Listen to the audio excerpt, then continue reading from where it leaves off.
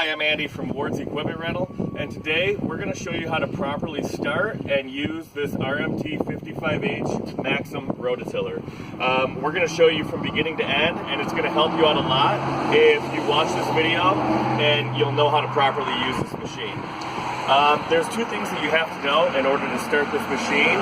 One is the red plastic switch, and two is the gray switch. This is your kill switch. You're going to want that on.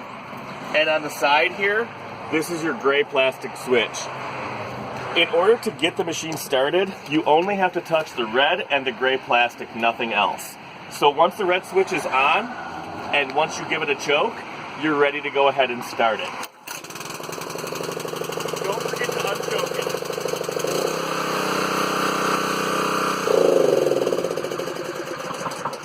it. Once the machine is running, this clutch is what's going to engage your tines, and we're going to show you how to properly use this machine.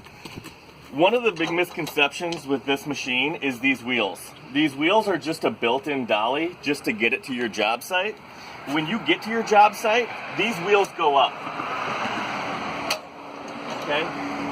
When they go up and you go to engage these tines spin forward. So naturally the machine wants to run, not cultivate, and you would be left fighting the machine to hold it back. But thanks to this digger bar does the work for you. So when you get to your job site, the wheels go up, the bar goes down, and I'm going to show you how to do that. You're going to go ahead and push this lever, and you're going to lower the bar, and this bar does an immense amount of work. So the technique is not wrestling it back and forth. It's getting the bar on the ground while it holds the machine back. When you're ready to proceed, lift it out of the ground, and naturally it'll propel forward. So it's more of a in the ground, out of the ground, in the ground motion is the proper way to cultivate. One important thing to know about this is designed to till pre-existing gardens. If you have sod, although it will till sod, we always recommend cutting the sod out first, and we do have sod cutters in our inventory.